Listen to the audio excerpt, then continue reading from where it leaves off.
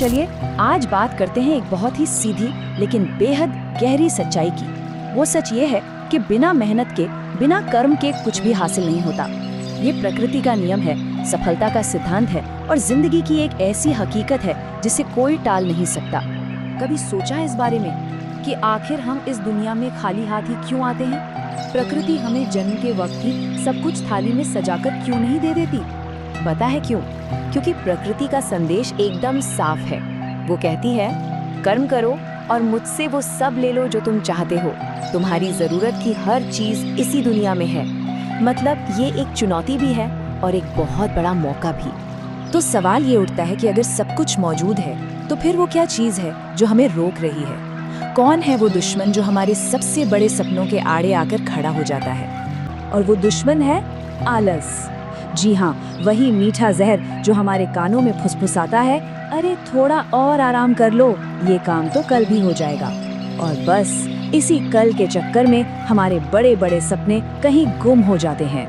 इसकी सबसे बढ़िया मिसाल तो हम सबने बचपन में सुनी है, खरगोश और कछुए की कहानी। खरगोश तेज था, उसमें हुनर था, पर आलस ने उसे हरवा दिया। और कछुआ, वो धीमा था पर लगातार चलता रहा और जीत गया। ये कहानी हमें यही सिखाती है कि अगर मेहनत ना हो तो हुनर भी बेकार है। तो फिर इस आलस को हराने और कुछ बड़ा करने का रास्ता क्या है? जवाब पता है, बहुत ही आसान है। हमें बस छोटे कामों की ताकत को समझना होगा। हम सब ना एक बहुत आम जाल में फंस जाते हैं। हम किसी बड़े मौके का इंतजार करते रहते हैं और उस चक्कर में जो छोटे मोटे काम सामने आते हैं उन्हें नजरअंदाज कर देते हैं। और इसी जाल में हमारा कीमती वक्त और जिंदगी दोनों बर्बाद हो जाते हैं। अरे प्रकृति को ही देख लीजिए, हर बड़ी चीज की शुरुआत छोटी ही तो होती है। एक नन्हा सा बीज, वही तो एक दिन इतना बड़ा विशाल पेड़ बनता है। प्रकृति हमें हर पल सिखाती है कि विकास हमेशा धीरे धीरे लेकिन लगातार मेहनत से ही होता है। ये ठीक वैसा ही है जैसे कोई इमारत बनाई जा रही हो। कोई भी छत से बनाना शुरू नहीं करता है ना, शुरुआत तो नींव से ही होती है। और ये छोटे छोटे काम ही हमारी सफलता की मजबूत नींव है। चलिए इस बात को एक सच्ची कहानी से समझते हैं, एक ऐतिहासिक मिसाल से जो इस सिद्धांत को और भी पुख्ता कर देती है। ये कहानी है सिखों के 5वें गुरु श्री अर्जुन देव जी की। गुरु बनने से पहले जब वो एक शिष्य थे, तब उनकी असली परीक्षा शुरू हुई थी। उन्हें ऐसे काम दिए गए जिन्हें शायद कोई और छोटा समझता, जैसे झूठे बर्तन साफ करना या ऐसे काम जिनका कोई श्रेय नहीं मिलना था। जब बाकी सब आराम कर रहे होते थे, वो देर रात तक मेहनत में जुटे रहते थे, बिना किसी शिकायत के। और फिर जब अगले गुरु को चुनने का समय आया, तो एक बंद लिफाफे से किसका नाम निकला?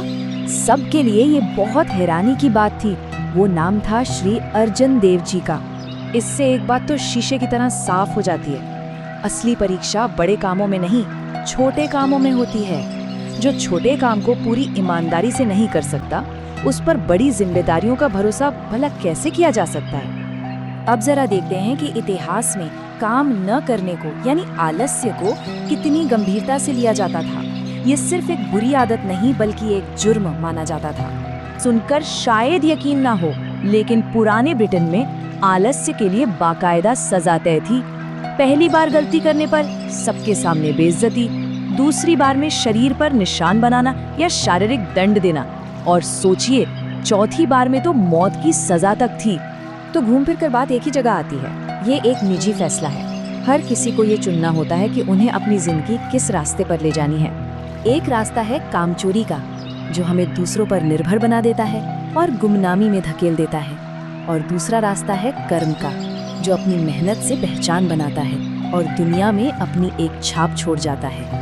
मशहूर लेखक खलील जिब्रान ने क्या खूब कहा है कि जो लंगड़ाकर भी आगे बढ़ रहा है, वो कम से कम पीछे तो नहीं जा रहा।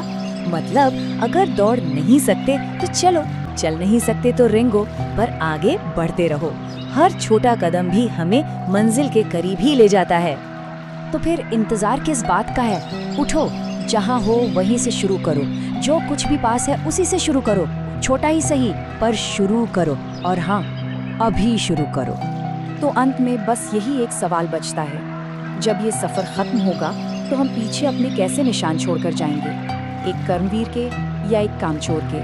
फैसला हमारा है और इसकी शुरुआत आज अभी से होती है।